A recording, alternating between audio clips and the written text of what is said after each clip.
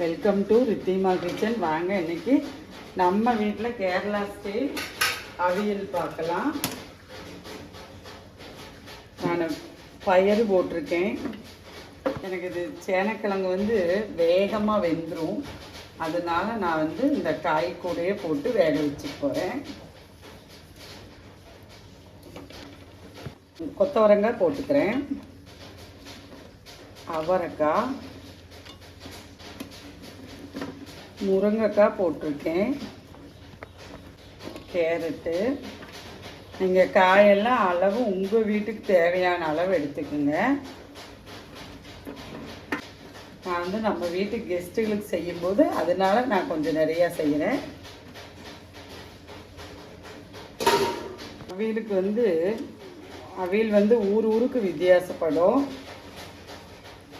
இது நம்ம வீட்டில் இப்படி வைப்பாங்க.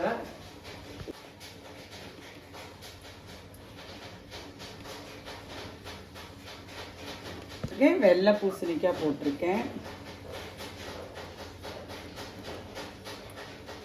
கன்னியாகுமரி அவியலாக இருந்தால் அதில் கத்திரிக்காயும் இருக்கும், பாவக்காயும் இருக்கும். இங்கேயும் பாவக்காய் போட்டு வைப்பாங்க. அதுவும் ஒரு நாள் நான் வைக்க. மாங்காய் போட்டிருக்கேன். இந்த காய்களுக்கு தகுந்த உப்பும் போட்டிருக்கேன். நம்ம மஞ்சள் பொடி போட மாட்டோம். மஞ்சள் பொடி போட்டு வைக்கிற அவியல் இருக்குது, அது ஒரு நாள் வச்சுட்டாங்க.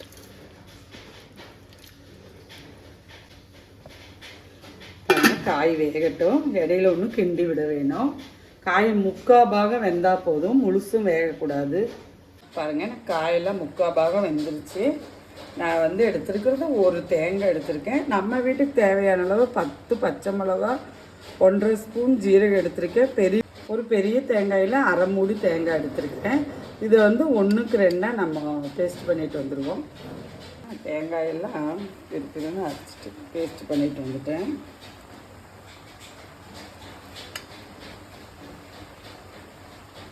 அவியல் இங்கேயே நிறைய விதமாக வைக்கலாம். நான் நம்ம வீட்டில் மாமியார் வைக்கிற ஸ்டைலு இப்படி தான் நாங்கள் வைப்போம். நிறையா விதமாக வைப்போம். அதில் இது ஒரு விதம்.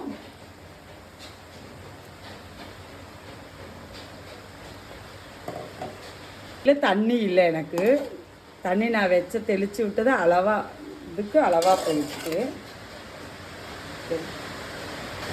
பாருங்க, நான் அரைச்சிட்டு வந்ததை போட்டுட்டேன். ஒரு ஸ்பூனு தேங்காய் எண்ணெய் நான் மேலே விட்டுட்டேன்.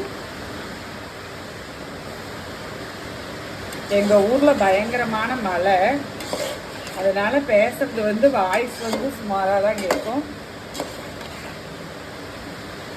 நிறைய விதமாக செய்யலாம். நம்ம வீட்லேயே செய்வோம். நான் செய்யும்போது காட்டுறேன். ஒரு 5 நிமிஷம் மூடி போட்டுருந்தேன். பாருங்க, அப்படியே ஒரு கொத்து கருவேப்பிலை மேலே போட்டுட்டேன்.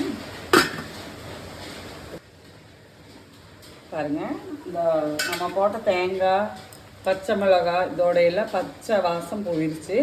அப்போ இந்த பவுலில் ஒரு பவுல் தயிர் ஊற்றி போகிறேன்.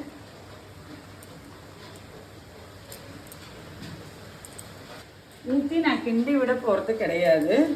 ஒரு 10 நிமிஷம் நான் இறக்கி வச்சுட்டு கொஞ்சம் தேங்காய் எண்ணெயில் ஒரு தாளிப்பு மேலே போட்டுட்டு போகிறேன். இது வேணுன்னா போட்டுக்கலாம். மேலே நான் பச்சை வெளிச்செண்ணெய் 1 ஸ்பூன் விட்டுருக்கேன். இனியும் கூட ஒரு ஸ்பூன் வெளிச்செண்ணெய் விட்டு கூட இறக்கிக்கலாம். ஆனால் நான் ஒரு மேலே நம்ம வீட்டில் மாமியார் இப்படி தான் செய்வாங்க, அதே போல் செஞ்சு காட்டுறேன். அவியல் ஊர் ஊருக்கு வித்தியாசப்படும், வீடு வீட்டுக்கு வித்தியாசப்படும். ரொம்ப டேஸ்டான ஒரு இதுங்க. உடம்புக்கு எல்லா காய்கறியும் போகும். மேக்ஸிமம் மாதத்தில் ஒரு வாட்டியாச்சும் நம்ம அவியல் வச்சு சாப்பிட்றது ரொம்ப விசேஷம்.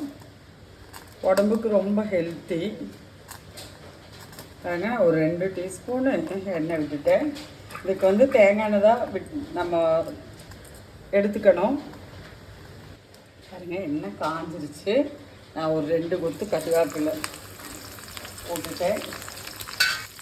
ஓணம், என்ன கல்யாண விசேஷமாக இருந்தாலும் சரி, என்ன ஒரு ஃபெஸ்டிவல் விசேஷங்களாக இருந்தாலும் கண்டிப்பாக வீட்டில் பிறந்தநாள் ஆனாலும் அவியல்னு சொல்கிற விஷயம் கண்டிப்பாக இருக்கும். பாருங்க 2 வரமிளகா,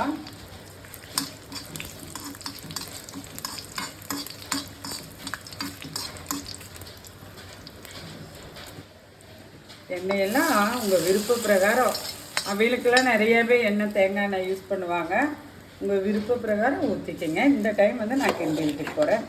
ஓணத்துக்கு வந்து இது அவியல் வைக்காதவங்க வீடே இருக்காதுங்க. இலையில வந்து அவியல் கண்டிப்பாக கம்பல்சரி. அதை எல்லாருக்குமே நிறையா பேருக்கு தெரியும்.